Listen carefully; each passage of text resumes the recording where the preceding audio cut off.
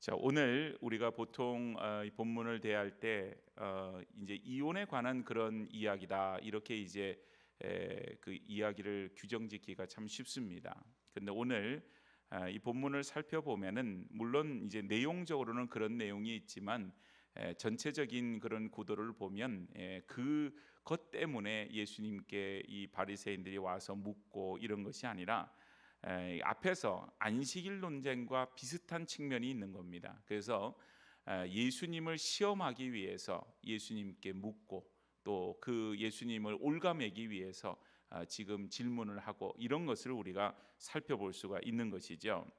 그래서 오늘 이제 이 본문 말씀을 살펴보면 3절에 바리새인이 예수께 나와 그를 시험하여 이르되 사람이 어떤 이유가 있으면 그 아래를 버리는 것이 옳으니까, 분명히 여기에 보면은 바리새인들이 예수를 시험하여 일렀다 이렇게 말을 하고 있습니다. 그래서 이 시험은 사단이 하는 시험과 똑같이 예수님을 넘어뜨리기 위한 그런 시험이다라고 하는 것을 알 수가 있고, 또 그런 가운데에서 어떤 이유가 있으면 그 아내를 버리는 것이 옳으니까, 여러분 이 지금 말의 그런 그 배경이 되어지는 그 당시 사회의 모습을 우리가 좀 생각해 볼 수가 있어요. 이 유대 사회는 이제 그 당시에는 대단히 좀 이게 남성 그 위주의 그런 사회였다고 하는 거죠. 그래서 우리가 알듯이 성경에서 인구 조사를 할 때에도 여성은 그 인구 조사하는데 포함이 되지 않을 정도로, 그래서 보통 인구 조사할 때는 이제 전쟁에 나가서 싸움을 할 수 있는 그런 남자들, 그런 이제 남자들이 인구 계수에 들어가는 그런 걸 볼 수 있습니다. 그래서 이제 여성들, 특별히 여성들의 어떤 뭐 인권이나 권리나 이런 것들이 오늘날처럼 이렇게 강조가 되거나 오늘날처럼 이렇게 많이 이렇게 높아졌거나 그러지를 못하는 시대였어요. 그래서 심지어는 그 당시 유명한 랍비로 칭송을 받았던 힐렐이라고 하는 사람이 있는데, 이 힐렐과 그를 추종하던 그런 그 많은 그의 제자들이 이제 주장하는 바는 뭐냐? 심지어는 아내가 빵을 태우기만 해도 이혼할 수 있다 이렇게 주장을 했다는 거예요. 여러분 집에서 밥을 뭐 요즘 뭐 워낙 그 저 밥솥이 좋아서 잘 태우지는 않지만 밥을 태운다고 이혼당하면 그게 말이 안 되는 소리잖아요. 그런데 그 당시에 그렇게까지 주장할 정도로 이제 여성의 권리가 땅에 떨어져 있고요. 그리고 심지어는 이제 그 당시 예수님 당시에는 로마 제국의 통치 아래에 있었잖아요. 근데 로마의 어떤 그런 그 이제 규정에 따르면은 이제 어떤 남자가 아내와 결혼해서 살다가 자기 아내 외에 더 매력적인 여인을 만났어요. 그러면 더 매력적인 여인을 만났기 때문에 이혼할 수 있다, 이렇게 규정을 했다는 거예요.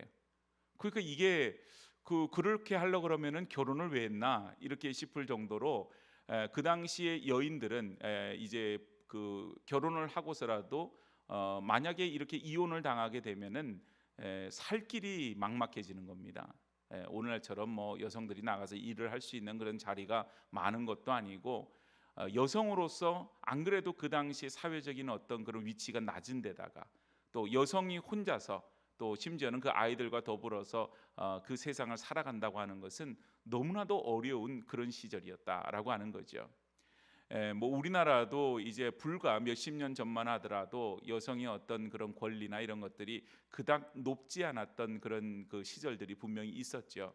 그래서 뭐 그냥 하는 말로 그 남편들이 아내를 이렇게 폭력으로 행사하면서 뭐 그런 얘기를 하잖아요. 그저 여자와 북어는 3일에 한 번씩 줘 패야만 된다, 뭐 이런 말도 안 되는 소리를 하던 그런 시절들이 있었다는 거죠. 그런데 여러분, 오늘 예수님께서 또 성경적인 원리에서 과연 뭐 오늘 말씀을 통하여서 그러면은 이혼을 뭐 조장해서 이렇게 이혼을 하라고 막 이렇게 지지하는 거냐, 아니면은 그냥 뭐 남편이 주어 패든지 아니면은 자기 생명에 위협을 느끼든지 아니면은 내가 이 사람과 살다가는 정말 죽을 것 같다든지 어떤 그런 상황에 놓여져 있음에도 불구하고 안 돼, 이혼은 그냥 하나님께서 짝지어 주신 것이니까는 계속해서 살아라, 뭐 이런 어떤 것을 주님이 말씀하시고자 하는 것인지, 우리가 이제 말씀을 대할 때 올바른 해석이 필요하다라고 하는 것을 우리가 생각해 볼 수가 있는 것이죠. 그래서 오늘 이 본문에서 이 질문의 의도, 아내를 버리는 것이 옳으니까 이 질문의 의도를 잘 생각해 봐야 돼요.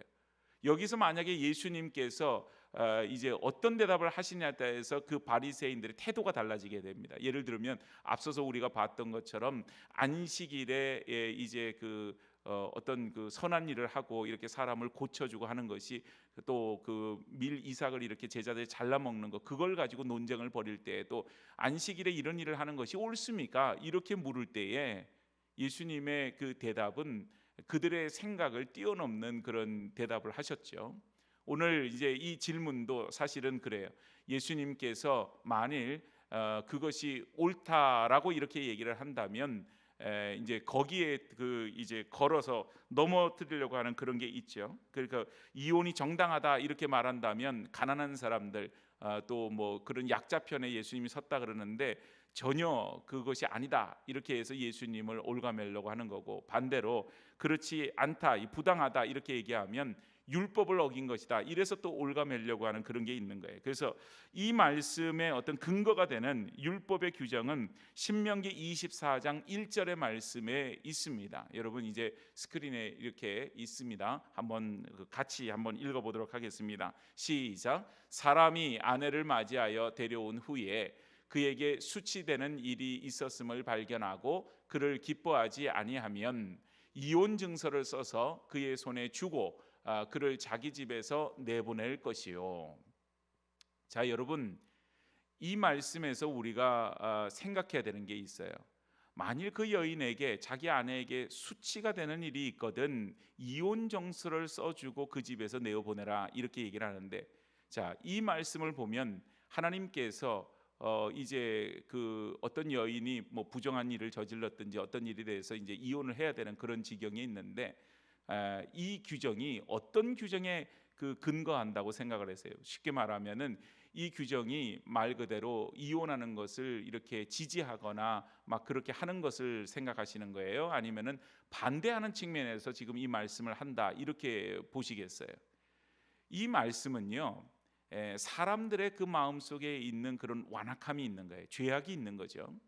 그러다 보니까 사람이 가지고 있는 이 죄악 때문에 아까 말한 것처럼 뭐 빵을 태우기만 해도 이혼을 시키고, 그리고는 또 무슨 더 아내 외에 매력적인 여인을 만났다고 해서 함부로 막 이렇게 이혼을 하고, 그러니까 이게 남성 위주의 사회이기 때문에 그렇게 돼 버리면 이 여성은 정말 어렵고 힘든 삶을 살아가게 됩니다. 그래서 이것은 함부로 어떻게 보면은 이혼을 남발하는 것을 막고자 하는 고육직책으로 하나님께서 그 말씀을 주신 그런 것이 되어지고요. 그리고 여성 입장에서는 어쨌든 이혼 증서라는 것을 받아야만 이제 새 출발을 할 수 있는 조건이 되어져요. 그래서 이 여인에게 있어서 살 길을 열어주는 측면에서도 이제 그런 규정을 두어서 하는 건데, 이것은 결코 뭐 이혼을 조장하거나 뭐 어떤 뭐 예수님께서 또 하나님께서 정말 뭐 죽을 지경에 있는 사람들의 그런 형편을 돌보시지 않고 무조건 그냥 율법대로 살아라 그걸 말씀해 주시고 있는 규정은 아니라고 하는 겁니다. 그래서 여러분 오늘날 이 시대를 가만히 보면 제가 통계를 찾아보니까 그래요. 2023년도에 결혼한 사람이 몇 명이냐? 19만 1,690명이에요. 그러니까 거의 20만 명 가까이가 결혼을 했다는 거예요. 그러면 2023년도에 이혼한 사람은 몇 명이냐? 통계청 조사를 보니까 9만 3,232명이에요.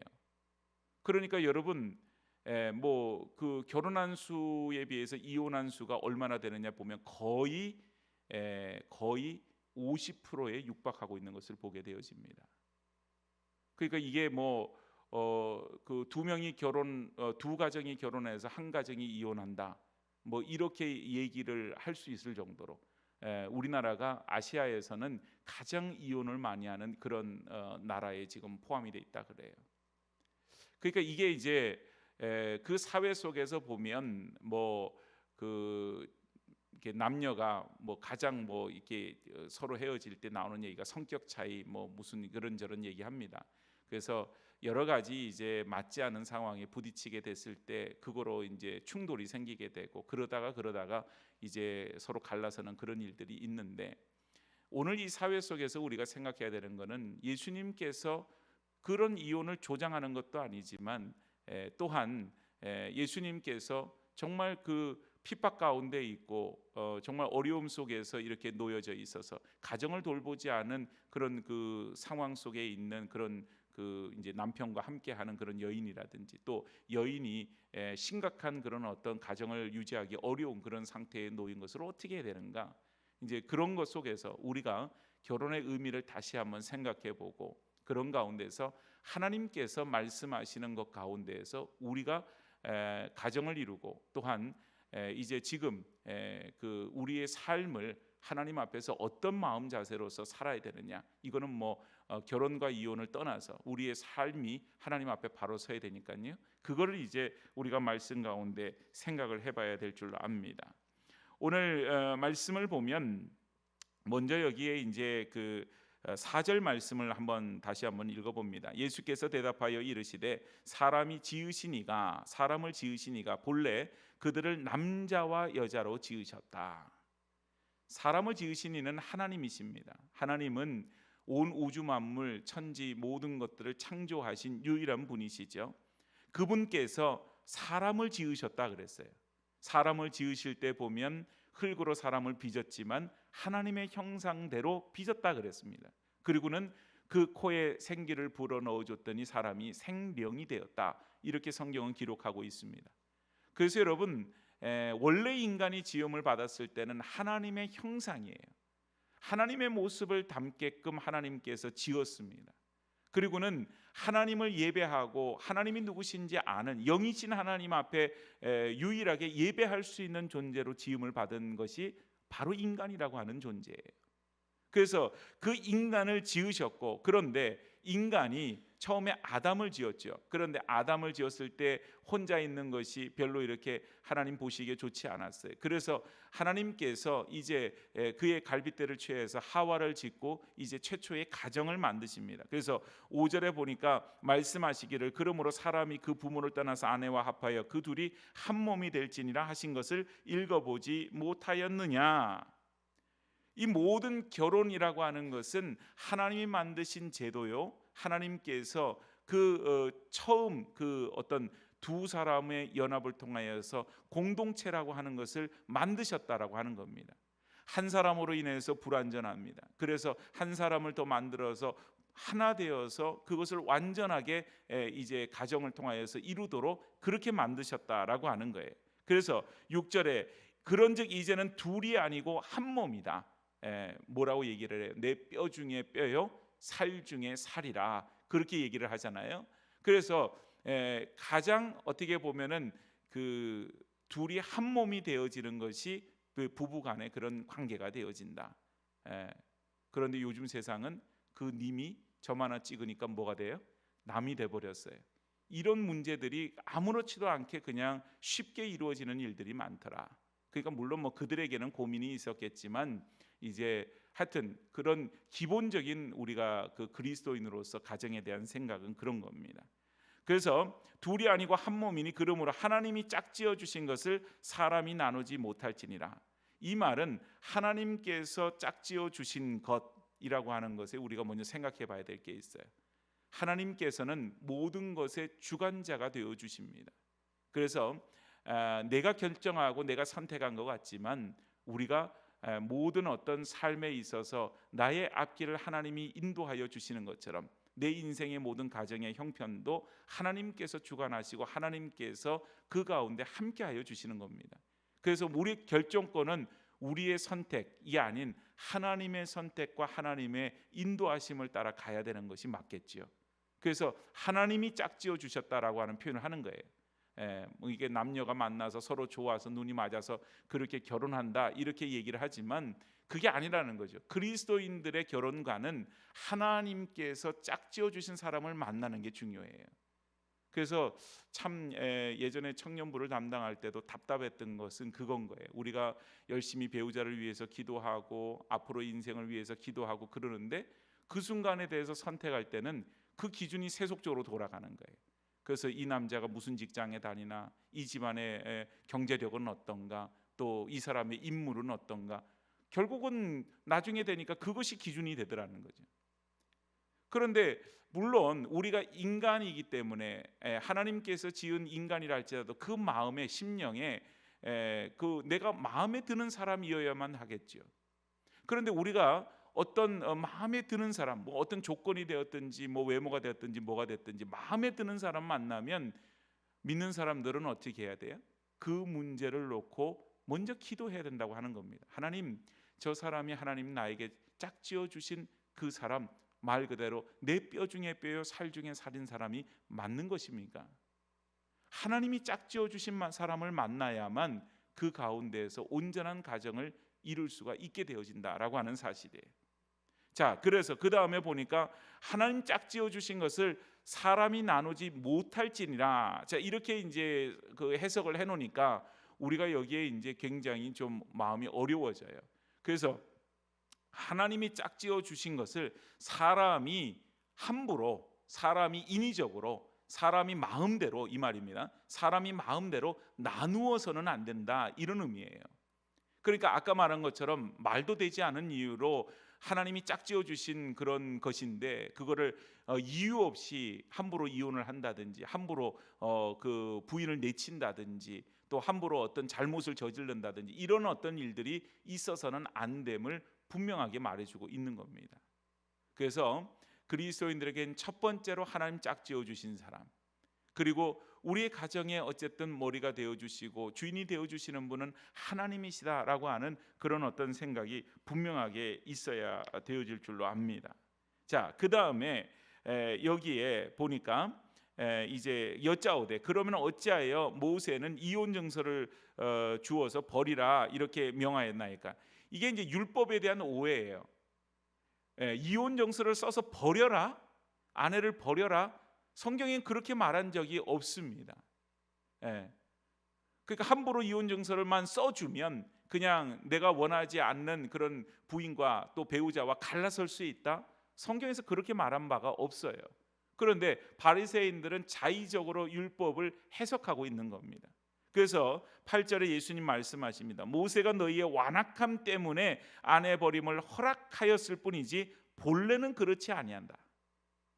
완악함 때문에, 우리 안에 있는 죄 때문에 그것을 그런 식으로라도 최소한의 장치를 놓고서는 함부로 이혼을 이렇게 하거나 함부로 내치지 않도록 그거를 장치를 만들어 놓은 거지, 원래 하나님의 의도는 그렇게 함부로 뭐 이혼 증서 그냥 남발해서 내보내고 내쫓고 그냥, 그리고는 자기는 또 자기 마음에 드는 다른 사람과 또 이렇게 살고, 그걸 말한 것이 아니라고 하는 것이죠. 그래서 오늘 여러분 이 세상을 가만히 살펴보면은 우리가 정말 그 피치 못하는 여러 가지 형편과 사정 때문에 이제 가정이, 부부관계가 이렇게 갈라지는 그런 일들이 있지요. 하나님께서 그런 가운데서 뭐라고 말씀하실까를 가만히 생각해 보면 분명한 것은 정죄하지 않으신다는 거예요, 하나님은. 그런데 또한 우리가 생각해야 될 것은 우리가 살면서 남자와 여자라고 하는 이 각각의 인격체들이 만나서 가정을 이룰 때 과연 이 사람 한 사람 한 사람이 완전한 사람이 아니라는 사실을 먼저 기억을 해야 돼요. 그래서 불완전한 한 사람, 이 한 사람이 만나서 한 몸이 되어서 가정을 이루게 되어지는데, 그렇기 때문에 가정에서는 하나 되기를 힘쓰고 일치되기를 힘쓰고 그렇게 해야 된다고 하는 것이죠. 그래서 완전케 하시는 분은 하나님이시니까, 하나님이 짝지어 주신 것이니까 한 마음으로 하나님께 서로를 위해서 기도하고 그런 가운데서 하나 되기를 힘쓰고 마음을 하나로 모으기를 힘쓰고 이런 과정들을 해나갈 필요가 있다고 하는 거죠. 그런데 여러분, 사회가 그래요? 그러지를 못한 것을 봅니다. 사랑하고 좋을 때는 막 좋았는데 결혼하고 이런저런 문제가 생기니까 자기 주장대로만 하려고 그래요. 상대방의 의견을 받아들이지 않습니다. 상대방 이야기에 귀를 기울이지 않습니다. 자기 주장만 하니까 평행선이에요. 그러다 보니까 거기에서 점점 이 길이 처음에는 작은 간격이었는데 시간이 지나면서 간격이 커지게 됩니다. 그러다가 싸움도 크게 되어지고, 그러다가 이제 회복이 어려워지는 관계로 되어지는 일들이 참 많이 있는 것을 봐요. 그래서 여러분, 오늘 우리는 무엇보다도 우리의 가정의 주인이 하나님이심을 우리는 기억해야 되고, 또한 우리가 그 속에서 하나님이 나의 삶의 주인인 것, 그걸 생각하면 우리가 이런 뭐 가정 속에서 부부간의 관계뿐만 아니에요. 우리가 속해 있는 여러 공동체 안에서 여러 관계들도 마찬가지입니다. 그 속에서 주인 되어 주시는 하나님 앞에 우리가 순종하고 머리 숙일 줄 알아야 되고요. 더군다나 교회는 어떻습니까? 교회의 머리는 그리스도이십니다. 그렇기 때문에 그 그리스도이신 주님 앞에 우리가 머리를 숙이는 것, 그것이 바로 교회의 참된 본질적인 모습이라 이렇게 볼 수 있어요. 뭐 여러분들 제가 그 광고한 대로 이제 월화 이렇게 컨퍼런스를 다녀왔는데 거기에서 이제 뭐 이런저런 그 많은 이야기들, 또 강사님들이 오셔서 하는 이야기들을 듣고 참 많은 것들을 깨닫기도 되고, 그리고 또 결단도 하고, 그리고는 이제 돌아왔습니다.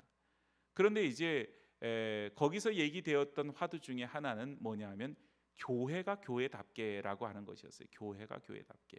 여러분, 이게 무슨 의미일까요? 교회가 교회다워야 된다. 오늘 한국에는 많은 교회들이 있습니다. 그리고 실질적으로 이 교회가 정말 하나님 앞에서 나라와 민족을 위해서, 또한 뭐 그 가정을 위해서, 또 교회를 위해서 정말 눈물로 기도했던 많은 성도들의 그 눈물의 기도를 통하여서 이 나라가 지금 세계적으로 유례없는 경제 성장으로 인해서 지금 우리가 이 부유함을 누리며 살아가고 있지요. 교회도 마찬가지입니다. 우리 교회도 이제 전쟁 이후에 천막을 치면서 시작했던 그 모습, 제 방에 그 사진이 그대로 걸려져 있고, 그걸 볼 때마다 참 대단하다, 뭐 이런 이제 여러 가지 참 마음이 들 때가 있지요. 그런데 지금 어때요, 여러분? 그때 지금 우리가 드리는 이 예배당의 모습, 우리 교회의 모습을 그때 그 성도들이 상상이냐 했겠냐고요. 아마 그러지 못했을 거예요. 아마도 천막을 치면서 예배를 드릴 때는 판자라도 그저 이렇게 되어서 얼기설기 뭔가라도 이렇게 지어서 거기서 예배 드릴 수 있으면 정말 감사하게 여겼을 겁니다. 근데 지금 우리는 좋은 예배당에서 예배를 드리고 있지요. 그것을 우리의 공이 아닌, 물론 하나님의 은혜지만 어떻게 보면 그 초대 교회, 우리 교회의 초기 그 성도들의 그 눈물과 기도의 그런 그 열매를 어떻게 보면 우리가 지금 그거를 먹고 있는 거다, 이렇게 볼 수 있는 것이죠. 그런데 여러분, 이렇게 우리가 나라가 발전하였습니다. 또 교회가 이렇게 어떻게 보면은 뭐 좋은 예배당과 또 시설과 이런 것으로 이렇게 이제 또 좋아졌습니다. 그런 가운데 과연 이 나라가 영적으로 어떻게 되었는가? 또 하나님의 교회, 이 땅에 있는 교회들이 영적으로 어떻게 됐는가를 한번 생각해 보면요, 정말 가슴 아픈 일들이 너무 많은 거예요. 나라가 경제적으로 성장하는 만큼 사람들은 하나님 앞에서 점점 멀리 떠나가는 거예요. 이번에 가서 보니까 그런 이야기를 해서 제가 깜짝 놀랐어요. 많은 그리스도인들은 우리에게 있어서 가장 적이 되는 게 뭘까? 앞으로 이 사회 속에서 우리가 선교하고 전도하는데 가장 이 방해가 되고 적이 되는 게 뭘까? 이렇게 생각할 때 아마도 많은 타종교를 가진 사람들일 겁니다. 혹은 이단들, 신천지와 같은 이단들이 우리에게 큰 위협이 될 겁니다. 심지어는 요즘 이제 그 중동이나 이런 데서 많은 노동자들이 들어오는데 그런 모슬렘의 세력이 조금씩 커지고 있는데, 그런 그 이슬람 종교가 우리에게 커다란 그런 적이 될 겁니다. 이렇게 얘기를 하죠. 그런데 거기에 통계 나온 거를 보니까 실질적으로 그게 아니라 우리에게서 가장 커다란 적은 무신론자라고 하는 거예요. 한국 사회에서 무신론자의 비율이 엄청나게 늘어나고 있는 겁니다. 다른 종교를 가진 사람들 그 숫자는 정말 뭐 그렇게 큰 위협이 되지 않을 정도로 무신론자의 비율이 점점점 증가가 되어지고 있고, 앞으로 2050년이 되면 심지어는 한국 사회가 90%가 무신론자가 될 그런 위험이 있다, 이렇게 지금 그 통계에 의해서 경고하는 그런 메시지도 나와요. 여러분, 이런 사회 속에서 정말 우리가 하나님을 어떻게 섬기고, 또 교회가 교회답게, 가정이 가정답게, 또 그리스도인이 그리스도인답게, 말 그대로 성도가 성도답게 산다고 하는 것이 우리에게 굉장히 중요한 일 아니겠어요? 그걸 우리가 하지 못하고 놓쳐버리면요, 우리가 말 그대로 땅끝까지를 복음의 증인이 되리라, 혹은 정말 내가 너에게 분부한 모든 것을 가르쳐 지키게 하라, 예수님 말씀하신 우리가 복음의 증인으로서의 삶, 또한 이 지역을 복음으로 변화시키는 삶을 이 교회가 또 우리 개개인이 감당할 수가 없게 되어진다라고 하는 거예요. 오늘 말씀이 사실은 그것과 별개의 말씀 같지만 그렇지 않아요. 오늘 여러분 이 말씀은 정말 하나님의 말씀 앞에서 우리가 거기에 더 집중하고 하나님 말씀이 뭘 가르치는지를 알고 그렇게 되어질 때 성도가 되고 교회가 되는데, 오늘 말씀을 바리새인들이 왜곡하지 않습니까? 자기 인의대로 막 해석하고 그냥 누군가를 이 말씀을 통해서 공경에 빠뜨려 예수님 공경에 빠뜨리려고 그렇게 말씀을 이용하는 이런 어리석은 모습들이 있지요. 오늘 제자들도 예수님께 가까이 나오는 어린이들, 축복받으려고 나오는 어린이들을 이제 꾸짖습니다. 예수님 뭐라 그러세요? 천국이 이런 어린아이들의 것이다. 예수님은 우리의 생각과 너무 다른 부분들이 많죠. 그런데 우리는 왜 그렇게 예수님과 생각이 다를까 생각해 보면 우리의 마음이 완악하기 때문이에요. 오늘 본문처럼 우리의 마음이 완악하니까 우리가 성도로서, 우리가 교회로서 그 모습을 우리가 온전히 만들지를 못하게 되는 것을 보게 되어집니다. 오늘 여러분 참 이게 어려운 세상 속에서 우리가 신앙생활하는데 다시 우리는 하나님 말씀 앞에 서야 되고 하나님 말씀을 붙들어야 되고 그것밖에는 길이 없음을 우리는 고백하게 되어져요. 점점 이 세상 속에서 성도가 성도답게, 교회가 교회답게 되어지는 것은 어려워지는 세상이 되어지는데, 우리가 그럼에도 불구하고 성도가 성도답게 되려고 하고 교회가 교회답게 되려고 하면 결국은 하나님 말씀 붙들고 그 말씀으로 돌아가는 것밖에 없습니다. 오늘 사랑하는 여러분, 우리가 세상 속에서 이리저리 분주하고 바쁘고 힘들고 어려운 삶, 또 정말 세상 속에서 세상과 그 속에서 내가 믿는 자로서 믿음을 지키며 싸우면서 살아가는 일에도 너무나도 힘들고 버거움을 느끼실 때가 있을 거예요. 여러분 그때 어떻게 하십니까? 세상과 적당히 타협하시나요? 아니면은 그냥 한 걸음 더 물러나서 어떻게 할 줄을 모르는 가운데 그냥 되는 대로 하루하루 그냥 버티면서 살아가는 그런 가운데 있으신가요? 그래요. 잘 버텨 오셨어요. 그러나 우리가 이제는 다시 힘을 내야만 합니다. 그러지 않으면 하나님께서 축복하셔서 이 나라가 이렇게 이만큼까지, 우리 교회가 이만큼까지 되어진 것, 그것이 여기에서 멈춰지는 것이 아니라 다시 쇠락의 길로 걸어갈 수밖에 없다고 하는 사실이에요. 쌓아지는 거는요, 오랜 세월을 걸려서 쌓아요.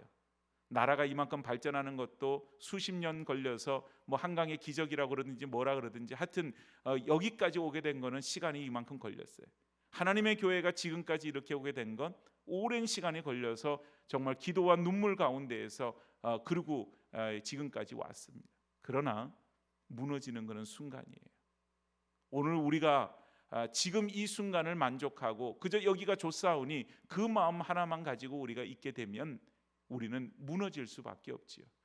오늘 여러분 우리는 말씀을 읽으면서 이렇게 생각합니다. 이놈들이 정말 나쁜 놈들이다. 어떻게 이렇게 예수님을 자기들의 주장과 이렇게 말씀을 왜곡해서 올가매려고 하고 정말 이렇게 나쁜 짓을 하나 이렇게 생각하지만 바리새인들도 처음부터 그런 바리새적인 생각을 가졌던 것은 분명히 아니었을 겁니다. 처음에는 하나님의 자녀로 순수한 믿음을 가지고 그리고 믿음 생활을 했겠지만 그들이 신앙의 변질을 가져오게 될 때는 그게 진리인 줄 아는 거예요. 그리고는 그 진리를 위해서 열심을 특심으로 지금 나타내고 있는 것이 오늘 바리새인의 모습입니다. 오늘 우리가 말씀으로 돌아가지 않으면 우리의 신앙은 왜곡될 수밖에 없어요. 변질될 수밖에 없어요. 다시금 하나님 말씀 앞에 우리를 세워야 됩니다. 그리고는 말씀을 붙들고 이 세상 속에서 하나님께서 무엇을 원하시고 기뻐하시는지를 그 길을 향하여서 우리는 걸어가야 되는 거죠. 그 대합이 뭐냐면 바로 천국이 이런 어린아이와 같은 자의 것이다. 그 말씀이에요.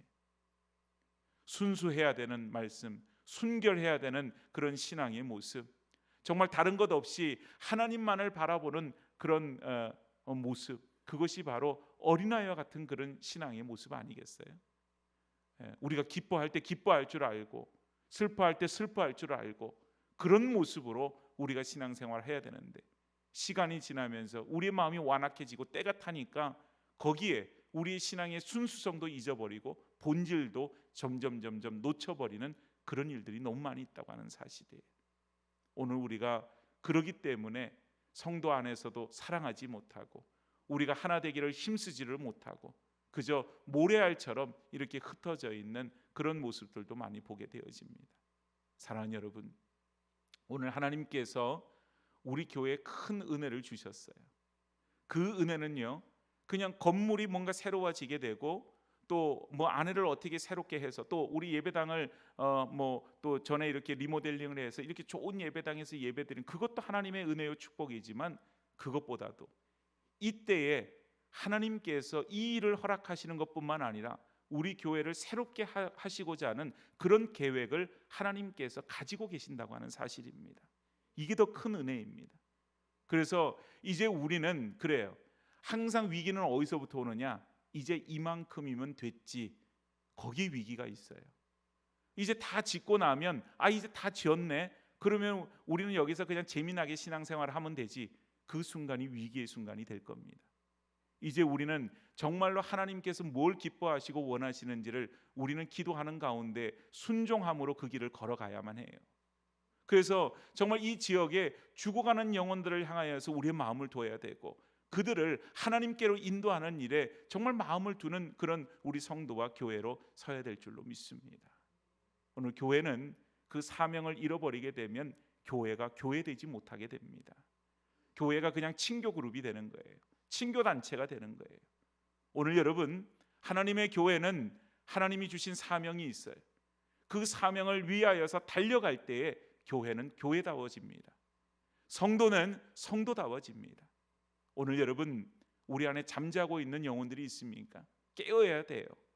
오늘 우리가 깨어있지 못하면 바리새인의 이 논리와 같은 세상의 헛된 논리에 우리는 넘어가기 쉬워요. 어린아이 같은 순수성의 그 믿음을 잃어버리기가 너무 쉽고 그냥 완악함 속에서도 제일 문제는 내가 완악한지를 모른다라고 하는 사실입니다. 우리 모두가 다 하나님 앞에서 다시 믿음의 순수성을 회복하고 그리고 다시 말씀으로 돌아가고 주님, 우리 교회가 평강교회가 교회되게 하여 주시옵소서. 하나님 예배하는 공동체, 정말 주의 복음을 땅끝까지 이르러 증거할 수 있는 선교의 공동체, 전도의 공동체, 그리고 정말 주의 백성들을 뜨겁게 사랑하는 그런 사랑의 공동체, 그런 공동체 되게 하여 주옵소서. 우리 성도들에게 그런 열망과 그런 열정과 그런 소망과 비전을 품어 나갈 수 있기를 주의 이름으로 축복합니다. 오늘 여러분, 너무나도 이 시대를 이렇게 바라보면 참 절박한 마음이 많이 드는 거예요. 인구는 점점 줄어가고 있지요. 그리고 거기다가 우리 지역은 아시다시피 어느 그 부산의 지역보다도 노령화가 이렇게 심각하게 진행되어지는 그런 지역이지요. 인구의 감소도 심각하게 일어납니다. 환경만을 보면요, 그냥 답답하고 무너지는 거예요. 그런데 여러분, 우리에게 이 환경은 다른 것으로 해석할 수 있어요. 그게 뭔가? 아직까지는 이 지역에 예수를 믿는 사람보다 믿지 않은 사람이 훨씬 더 많다고 하는 사실입니다. 우리 주변에는 믿는 사람보다는 믿지 않는 사람의 수가 훨씬 더 많다는 사실이에요. 그 말은 아직까지 성도가 성도답게, 교회가 교회답게 되어져야 될 일들이 너무나도 많이 있다는 사실이에요. 우리가 깨닫지 못할 뿐이지, 우리가 하나님 앞에 깨닫고 결단하면 하나님께서는 우리 평강교회를 교회되게 만들어 주실 줄로 믿습니다. 우리 성도들을 성도답게 만들어 주실 줄로 믿습니다. 오늘 우리는 그 일을 위해서 기도하고 그리고 하나님 주신 그 꿈과 비전을 품고 우리는 주 앞에서 서로 함께 손붙잡고 하나님의 교회를 만들어가는 우리 평강의 식구들이 되어지기를 주님의 이름으로 축복합니다. 우리 찬양